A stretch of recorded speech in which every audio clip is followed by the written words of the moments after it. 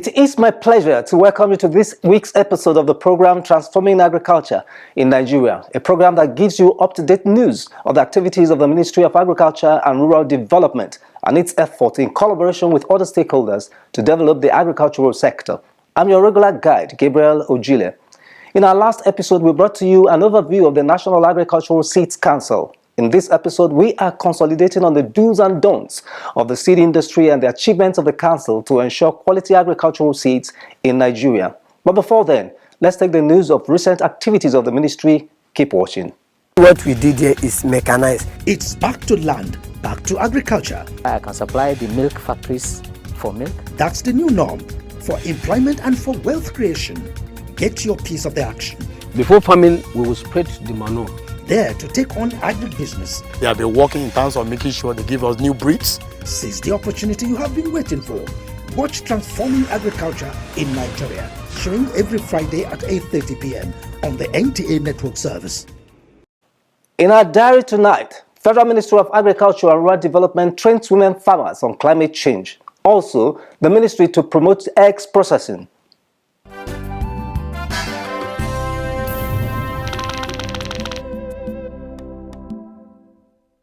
In a bid to mitigate the effect of climate change on agricultural production, the Federal Ministry of Agriculture and Rural Development has trained over 200 women farmers in the North Central Zone on climate change mitigation and adaptation strategies. The workshop, which took place in Abuja, attracted participants like representatives of Minister of Women Affairs, directors from the Ministry of Agriculture and Rural Development, gender activists, representatives of women farmers from Plateau, Kwara, Niger, Benue, Nasarawa, and the Federal Capital Territory, Abuja. Giving a keynote address during the workshop, the Permanent Secretary of the Ministry of Agriculture and Rural Development, Ernest Afolabi Umahihi, who was represented by the Director, Reform Coordination and Services Improvement, Gertrude Oji, stated that the training would expose the women farmers with the requisite knowledge they need to know about mitigating the effect of climate change on agriculture and their health. The Permanent Secretary urged the farmers to take the training section seriously. Ladies and gentlemen, let me use this opportunity to congratulate the lucky beneficiaries who have been selected for this workshop, as you'll be living here today equipped with information and knowledge that will help build and enhance your resilience to the threats and impacts of climate change in agricultural production. It is expected, therefore, that during this training session, you'll be exposed to climate change adaptation and mitigation strategies that will shape the future of Nigeria. The high point of the event was the presentation of cooking gas cylinders and burners to the women as part of measures to cut down the use of firewood and its effect on the planet. Speaking in an interview during the workshop, the head gender unit of the ministry, Ifeoma Anyanwu, says that the thrust of the workshop is to build trust and capacity of women farmers along the agricultural value chain amidst of the effect of climate change. Climate change has differential impacts on men and women, with women being the most vulnerable group. And that is why the Honorable Minister has directed that women across the 6 geopolitical zones be trained on how to mitigate the impact of climate change in line with the Sustainable Development Goal. The representative of women farmers from Plateau State, Anatu Ishaku, appreciated the ministry for the training and cooking gas cylinders given to the women, saying that they have direct bearing to their health and livelihood. I'm so happy that this cooking stuff was given to me so that I will not be using firewood again. The smoke from the firewood is health-wise is not good. But with this now, I know it will have a positive impact on my life, that my health will not be affected.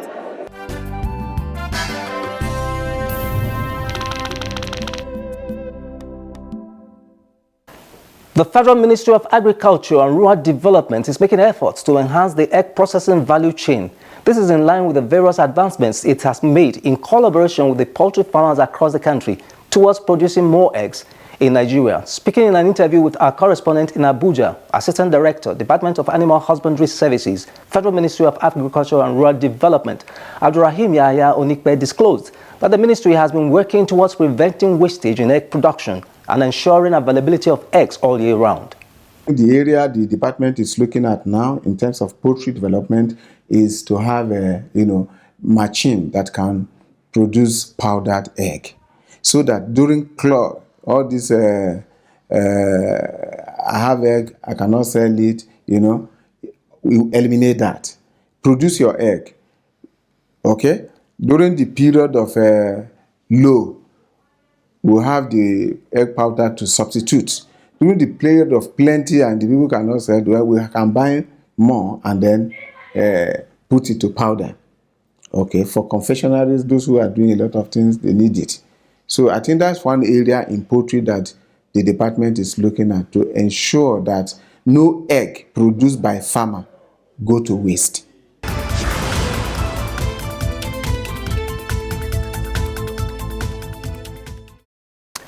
Quality seed remains key in ensuring sufficiency in food production of any nation.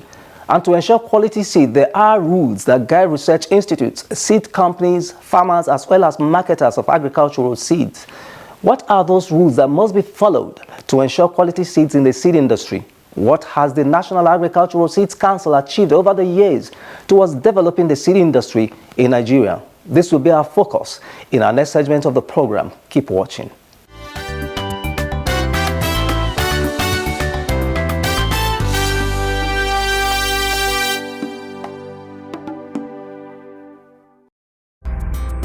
The National Agricultural Seed Council, as a regulatory agency, has rules and regulation guiding the seed industry to enhance the production of quality seeds.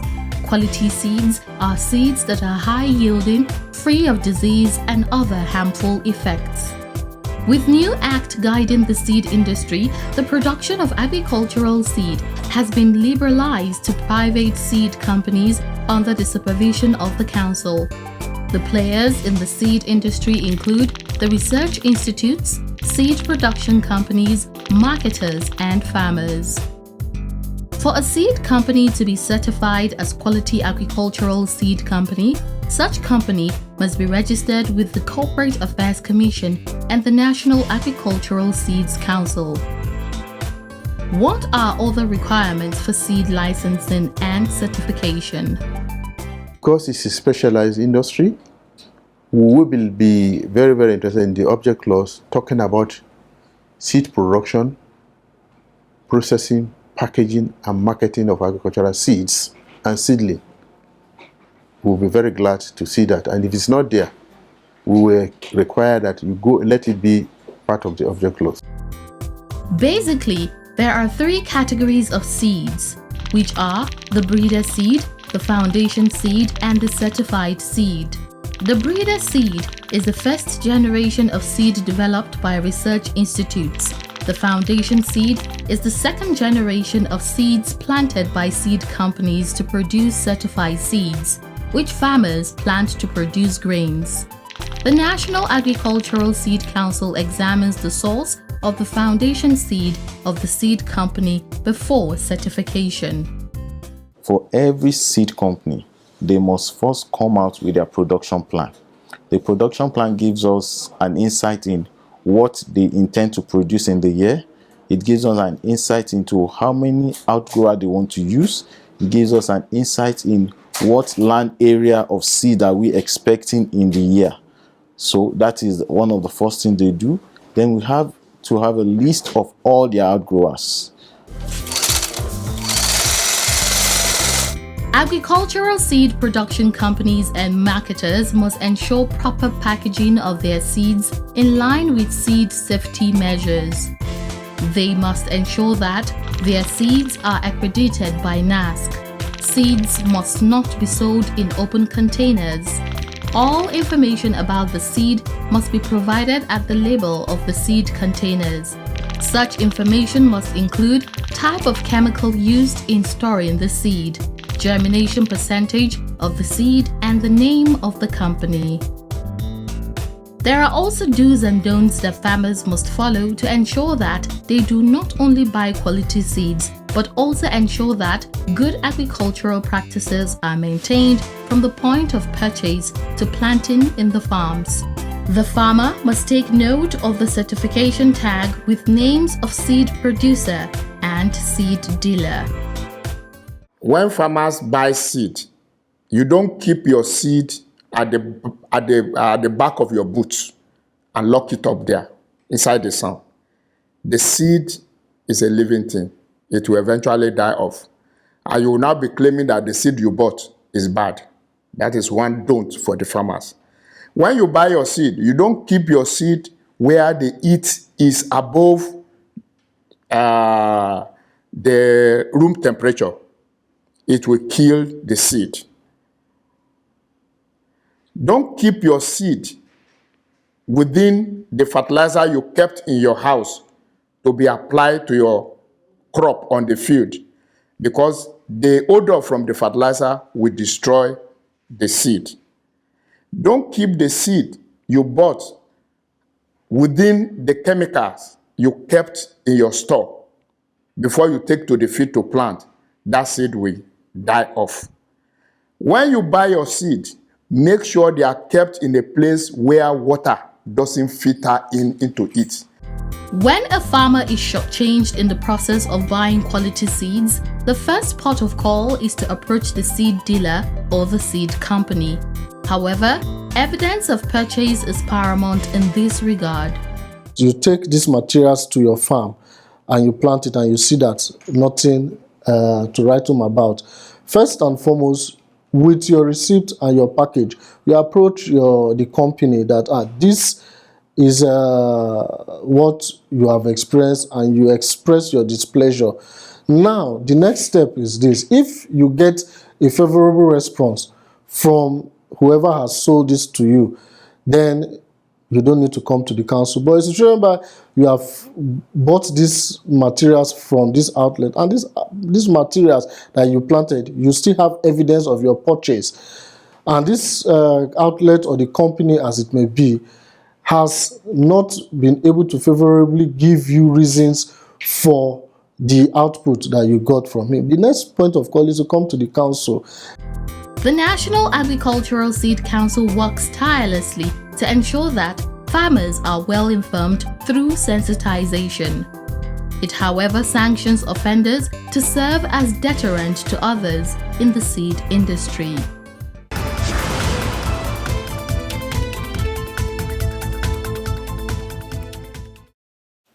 Repositioning the seed industry in Nigeria to be at par with seed production standards across the globe towards ensuring food security is top priority for the National Agricultural Seeds Council. What then has the council put in place towards attaining this feat? How is the council collaborating with the seed companies and other stakeholders to ensure quality agricultural seeds? We have answers to these questions in our next segment, Partnership for Development.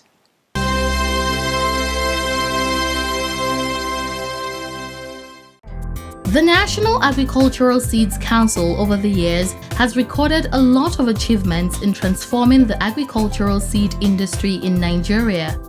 Some of the achievements include the development of the Seed Act 2019, Seed Connect Africa, Seed Tracker, Seed Codex, Plant Variety Protection Law, which enable the breeder of crop variety to have copyright to a variety, among others. One of the major achievements that we have today is the establishment of complete regional offices in 2 regional offices where none existed before. Today we have a regional office newly completed in Asaba for the South, and also in Gombe for the Northwest. Also, one major achievement that I've seen is actually the movement of the council from a rented apartment in central area to this place.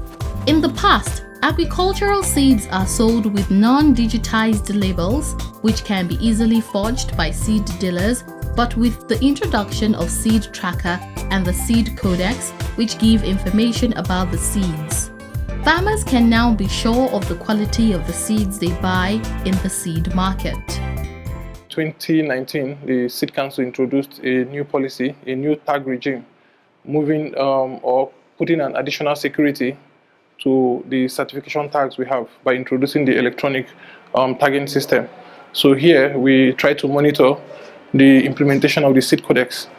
You can see we have all the companies who have purchased the seed codex tags. So we have two tag variants. We have the big one, which is for the big bags, and then we have the small one for the vegetable seeds. Yeah, so basically we've come to say every seed pack must carry the seed codex tags. So what the farmer needs to do is just scratch this panel, and then the hidden number, you unveil the hidden number, and then you just send the text to 1393. Yeah, and then you get an instant message to confirm the quality of the seeds. Other achievement of the Council is the array of modern seed testing facilities of the Council. The Council has a central seed testing laboratory which has about 6 units, which include Germination Testing Unit, Biochemistry Testing Unit, Seed Health Unit, Seed Purity Unit, Molecular Diagnostics Unit, and Moisture Content Unit. This is the Germination Testing Unit of the laboratory. The National Agricultural Seed Council uses these germination chambers and the other facilities here to test the germination ability and percentage of the seed produced by the seed companies. For Dr. Baba Femi Olisa, the head of the lab of the council, every seed company should have a testing lab to determine the quality of the seed they produce. A seed is a product, and for every industry, what your brand should be able to market you, and the focus of every brand should be quality. What is the quality of the materials you are presenting? And when you are talking about quality, lab is a tool whereby you can assess that quality. The Central Seed Testing Laboratory of NASC has a seed health unit where it tests the health of the seeds that seed companies produce before allowing them into the market. This is to ensure that farmers are not shortchanged. Because when you know that a seed is free from diseases, you can predict what will happen in the field. But when you plant a seed that is diseased, of course you know that the germination in the field will be very low. Secondly, it will help you not to transfer a disease from another region to your own region, thereby expanding the disease zone of a contamination. Because you can buy a seed from Zamfara. If the seed is not tested there to ascertain the health status of the seed, and you bring it back to east or west, you are transferring the disease from the Zamfara to another region, thereby causing another harm to the region that the seed is brought to. It also helps you to have a good market value. Nobody will go to the market to buy a seed and will buy a seed that is diseased. So seed health testing is very important to both the farmer and the seed producers. There is also a biochemistry testing unit for testing the germination and vigor capacity of seeds. We do tetrazoleum, we do vigor, we do accelerated aging test. Actually, the tetrazoleum test is another form of germination test that helps you, determine the germinability of your seed, but in a very faster way. Another method is our vigor test, conductivity. Actually, this test enables us to advise farmers on when to plant the seed. For a seed to be called quality seed, it must be clean and free of unwanted materials. The Purity Unit works in collaboration with the seed companies to ensure that the seeds they produce are clean enough and farmers have value for their money. What we do here is to make sure the farmer gets the value of what they are buying from the market, from the seed company. If the farmer is buying like 10 kg of rice, it should be 10 kg of rice, because some seed lots have a lot of debris and other seeds, other weak seeds. And farmer, they interested in bomber harvest. The Molecular Diagnostics Unit is the most equipped lab of the Council, with state-of-the-art facilities in seed testing were made available through the Council's collaboration with Bill and Melinda Gates Foundation, a gesture that can be replicated by other NGOs and development partners in order to take the seed industry to the next level. NASC itself has the mandate of ushering in quality seeds into the country and neighboring countries all around also. So we partner with majority, in short, all of the seed companies and even farmers also. So before you can start planting, before the planting season, you have to bring the particular seed here where we run those analysis on them to be sure that the farmers are not shortchanged in any form. And also we collaborate also with the farmers. So the farmers also can also bring those samples themselves also. And then a whole lot of collaborations too happen even with universities. Another aspect to ensure quality seed production is the seed storage system. Without proper storage, all the aforementioned efforts of quality seed production are useless. There are 3 types of seed storage facilities, which include ambient seed storage, medium seed storage, and long-term seed bank. The ambient seed storage facility is characterized by a highly roofed building with good openings for ventilation, which regulate the temperature within 20 degrees to 35 degrees and ensure longevity of the seed stored for the maximum of 1 year. Within the year, it is important that at every 3 months, whatever seed stored in this facility should be periodically revalidated. What do I mean by that? Every 3 months, it is important that samples of the seed stores should be taken to the seed testing laboratory to ascertain the status, the germination status of the seed. For the medium seed storage, facilities like air conditioning and other special features are put in place for a longer lifespan of the seeds stored.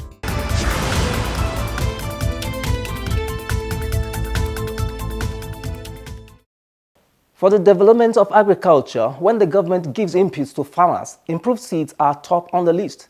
Recently, the Federal Ministry of Agriculture and Rural Development distributed agricultural inputs to farmers in Osun State. Let us hear from one of the beneficiaries in our next segment.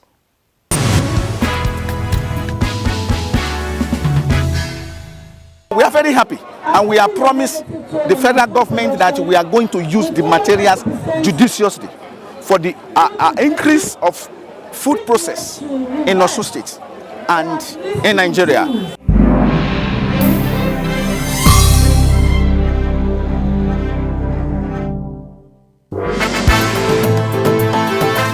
Sesame seed is a tiny seed that grows in pods on the Sesamum indicum plant. It is rich in oil, often appearing as an off-white seed wrapped in an edible husk. Also called Benny seed in many parts of the world, sesame seed is a popular global commodity for its health benefits, especially as a healthy vegetable oil. In fact, it is the most demanded vegetable oil in the world due to the absence of cholesterol. About 5 million tons of sesame seeds are produced globally every year, with Myanmar claiming the #1 spot as the world's largest producer. It is an expensive commodity that sells for between $1,500 and $2,500 per ton, depending on the quality. Nigeria is the 6th largest producer of sesame seeds in the world and 2nd largest in Africa, just behind Sudan, with an estimated 460,000 metric tons produced in 2019. That accounted for more than 7.5% of global production. As for global market share, the country was responsible for 17% of global exports in 2019. Sesame seed is the most sought-after agricultural export in Nigeria, raking in $356.2 million in 2019. Due to its ability to survive droughts, it is grown in many parts of northern Nigeria, including Benue, Sokoto, Jigawa, Nasarawa, Katsina, Kano, Yobe, and Plateau, among others. Cultivation of sesame seeds also thrives in the southern part of Nigeria, in states like Ebonyi, Cross River, and Delta. It is called Riɗi by the Hausas, Ekuku by the Igbos, and Isasa by the Yoruba.